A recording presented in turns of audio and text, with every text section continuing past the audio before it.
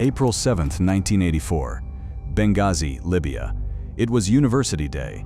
Thousands of students filled a basketball stadium. They were brought here by buses and vans to watch a basketball game. They were wrong. Before the match started, they watched a public execution. Live. One of their fellow students was on his knees, begging for mercy. In the crowd, a girl was cheering, chanting to put him to death. The whole stadium was dead silent. And it wasn't just the stadium watching, cameras rolled. The broadcast went out across the entire country. In homes, in cafes, in front of televisions all over Libya. People watched a man die, and they had no choice but to watch. This is one of the darkest, most chilling days in Libya's history. And for 27 long years, the world outside Libya knew almost nothing about it. The footage was buried, hidden, silenced, until one tape, kept in secret for nearly 3 decades, finally surfaced. His name was Sadek Hamid al-Shuwaidi, in his late 20s. He was an engineering student who had just come back from studying in America. Some months ago, he was living his life to fullest. Now, he knelt in the middle of the court, hands bound, body trembling, his eyes wide with a fear that no words can fully capture. He was forced to confess to a crime almost certainly invented, a confession beaten into him long before he ever reached that stadium floor. In front of him was a group called the Revolutionary Committee, stood in as judge and jury. There were no lawyers, as Gaddafi banned the practice of law many years ago. A sign behind them read, "People's Prosecution." The outcome was already decided before he ever knelt down. Officially, he was accused of plotting to assassinate Muammar Gaddafi, of conspiring against the revolution. But the truth was simpler. He was a dissident. He had criticized the dictatorship. He wanted freedom. That was his real crime. To understand how something this horrifying could happen in broad daylight, in front of thousands of children and students, you need to understand the decade itself. The 1980s in Libya were soaked in fear. Mass arrests were common. Executions were used as tools of control. Political repression crushed any whisper of dissent before it could grow. The country was isolated from the outside world, sealed off, and its own people were watched, tracked, and reported on constantly, even by their neighbors, even by their friends. Nobody was safe. Not students, not teachers, not even children. Everything shifted after 1984. A failed coup attempt targeted Gaddafi directly, an assault on his own compound, Bab al-Azizia. He survived. But something inside him changed forever. Paranoia consumed him. He became convinced that enemies were everywhere, hiding behind every face, waiting behind every classroom door. His answer was ruthless: eliminate every possible threat before it could grow.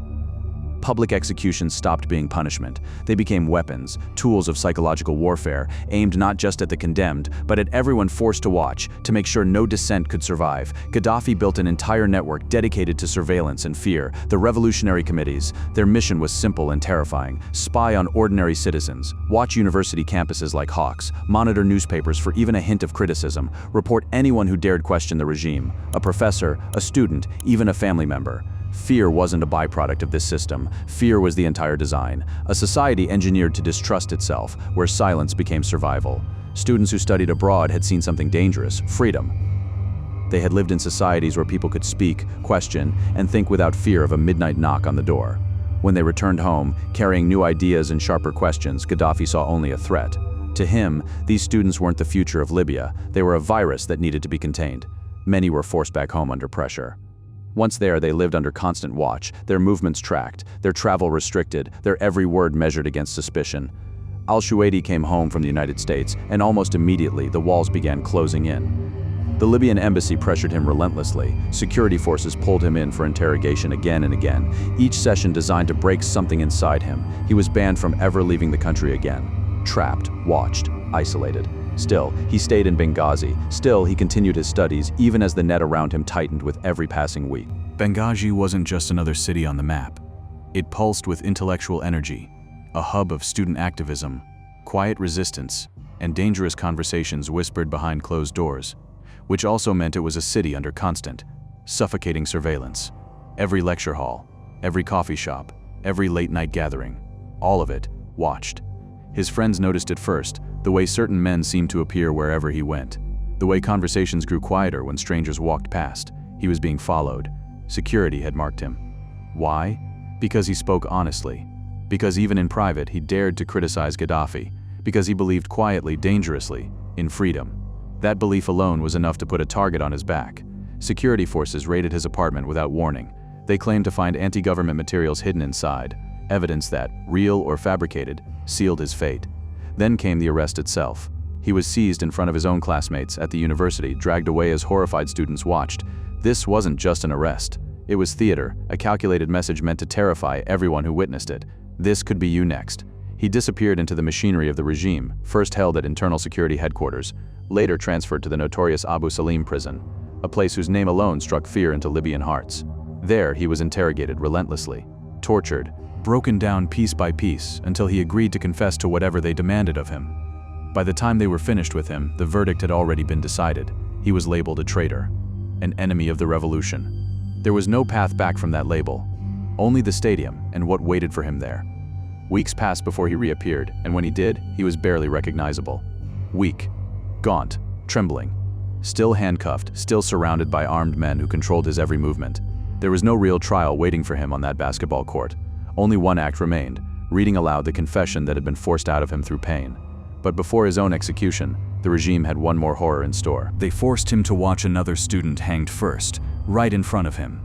He stood there, helpless, staring into the face of his own fate.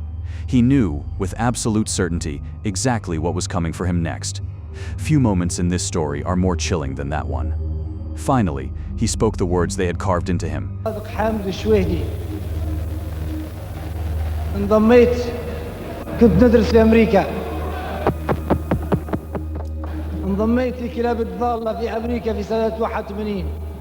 Stray dogs was Gaddafi's own venomous nickname for his opponents, dehumanizing them before he destroyed them. This confession, extracted through torture, almost certainly bore no resemblance to the truth. It was a script, and he was forced to read it. The stadium, full of students who had come expecting a basketball game, was manipulated into something far darker. Regime loyalists planted throughout the crowd, whipped up chants and cheers, pressuring the terrified students around them to join in. This wasn't only an execution anymore.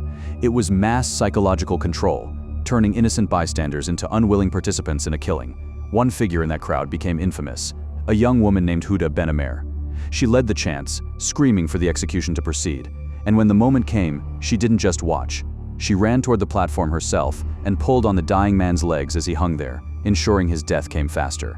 It remains one of the single most disturbing moments ever captured on Libyan television, a chilling reminder of just how deeply fear and fanaticism can consume a person. The sentence was read aloud.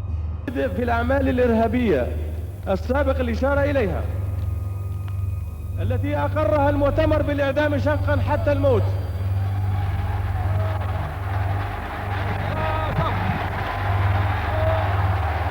Moments later, he was hanged, right there in front of thousands of horrified students who had no way to look away. The stadium crowd watched in stunned, suffocating silence, and across the entire nation, millions more watched too, live on television, powerless to stop what was unfolding on their screens. For decades, this horror remained buried, hidden, unspoken, deliberately erased from public memory. Then in 2011, Gaddafi's regime finally collapsed. Journalists began digging through old, forgotten archives, searching for the truth the dictatorship had tried so hard to bury.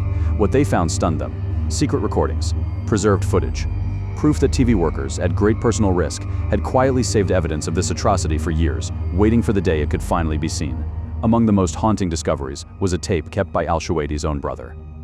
He had recorded the broadcast the very day it aired, but he could never bring himself to watch it. Not once in 27 long years.